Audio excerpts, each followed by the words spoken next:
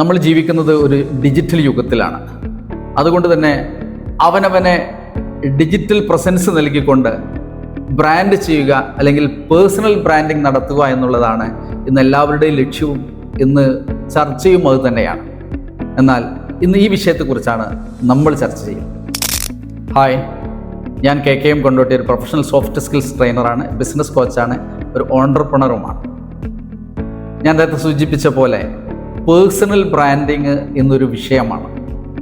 പക്ഷേ അത് ഏറ്റവും കൂടുതൽ തെറ്റിദ്ധരിക്കപ്പെട്ടൊരു കാര്യവും കൂടിയാണ്.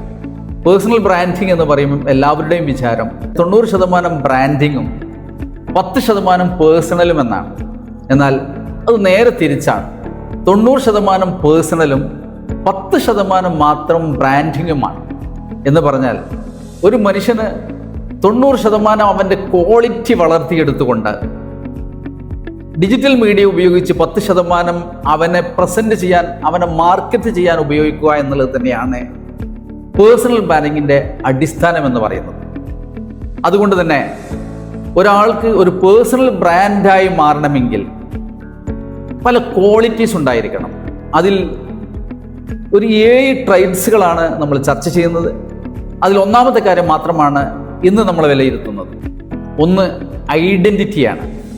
ഒരു വ്യക്തി എന്നുള്ള രീതിയിൽ അവൻ്റെ ഒരു ഐഡന്റിറ്റി തന്നെയാണ് ഏറ്റവും പ്രധാനപ്പെട്ടത്. അതിനെ നമ്മൾ 2 രീതിയിൽ നമുക്ക് വിലയിരുത്താം. ഒന്ന് മെന്റൽ ഷിഫ്റ്റായിട്ട് എന്ന് പറയുമ്പോൾ അവനവൻ ആരാണ് എന്നും എന്തായി തീരണമെന്നും അവൻ മനസ്സിൽ കൃത്യമായിട്ട് വരച്ചിട്ടിരിക്കണം. അവനെക്കുറിച്ച് അവൻ്റെ മനസ്സിൽ തന്നെ ഒരു ചിത്രം ഉണ്ടായിരിക്കണം എന്നുള്ളതാണ്. മറ്റൊന്ന് ഫിസിക്കൽ ഷിഫ്റ്റ്സ് ആണ്. ഇതിൽ പ്രധാനമായിട്ടും 4 കാര്യങ്ങളെക്കുറിച്ച് ഒരു ലിസ്റ്റ് തന്നെ നിങ്ങൾ പ്രിപ്പയർ ചെയ്യേണ്ടതാണ്. ഹൂ യു ആർ, നീ ആരാണ്.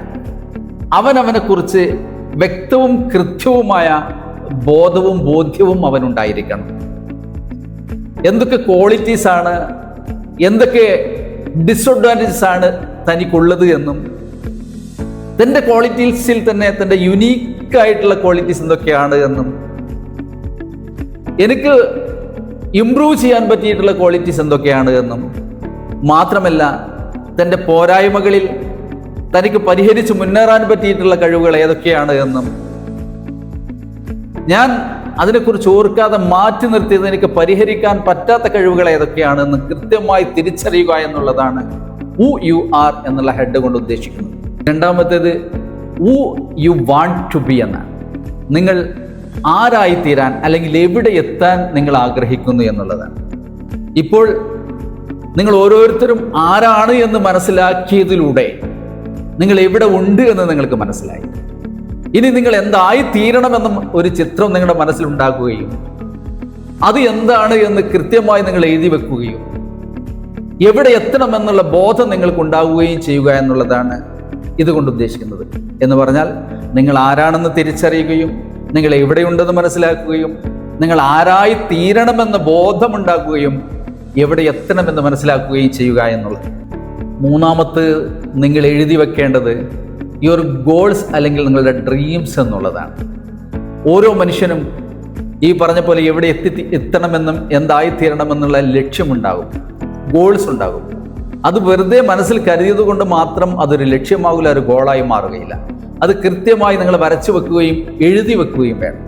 അങ്ങനെ നിങ്ങൾ ആരാണെന്ന് തിരിച്ചറിഞ്ഞു, എവിടെ എത്തണം തിരിച്ചറിഞ്ഞു, അത് എവിടേക്ക് എത്തണമെന്ന് കൃത്യമായി നിങ്ങൾ എഴുതി വെക്കുകയും ചെയ്യുമ്പോൾ മാത്രമാണ് മൂന്നാമത്തെ കാര്യം പൂർത്തിയാകും. നാലാമത്തേത് യുവർ വാല്യൂസ് ആണ്. എന്ന് പറഞ്ഞാൽ നിങ്ങൾ എന്താകണമെന്നും എവിടെ എത്തണമെന്നും ആഗ്രഹിക്കുന്നതോടൊപ്പം അതിനാവശ്യമായ എന്തെല്ലാം റിസോഴ്സസ് ഒരു വ്യക്തി എന്നുള്ള നിലയ്ക്ക് നിങ്ങളിൽ ഉണ്ട് എന്നും എന്തെല്ലാം വാല്യൂസും ക്വാളിറ്റീസും നിങ്ങളിൽ ഉണ്ട് എന്നുള്ളതും കൃത്യമായി 1 by 1 ആയിട്ട് നിങ്ങൾ എഴുതി വെക്കുകയും അതിൽ കോൺസെൻട്രേറ്റ് ചെയ്തുകൊണ്ട് നിങ്ങളുടെ ലക്ഷ്യത്തിലേക്ക് നീങ്ങുകയും ചെയ്യുക എന്നുള്ളതാണ്. തിരിച്ചറിയുക, തുടക്കത്തിൽ സൂചിപ്പിച്ചതുപോലെ പേഴ്സണൽ ബ്രാൻഡിങ് എന്ന് പറയുന്നത് ഡിജിറ്റൽ യുഗമായതുകൊണ്ട് സോഷ്യൽ മീഡിയയിലൂടെ നിങ്ങൾ പ്രസന്റ് ചെയ്യുന്നതുകൊണ്ട് മാത്രം നടക്കുന്ന കാര്യമല്ല. അതിനാവശ്യമായ 90% ക്വാളിറ്റീസും നിങ്ങളിൽ ഊട്ടി ഉറപ്പിക്കുകയും അതിനപ്പുറം നിങ്ങളെ ഡിജിറ്റൽ മീഡിയയിൽ പ്രസന്റ് ചെയ്യുകയും ചെയ്യുക എന്നുള്ളതാണ്. അങ്ങനെ ചെയ്തെങ്കിൽ മാത്രമേ നിങ്ങളൊരു ബ്രാൻഡായി മാറുകയുള്ളൂ. ഒരു പേഴ്സണൽ ബ്രാൻഡാകാൻ നിങ്ങൾക്ക് സാധിക്കും. അങ്ങനെ സാധിക്കട്ടെ എന്ന് ആശംസിക്കുന്നു.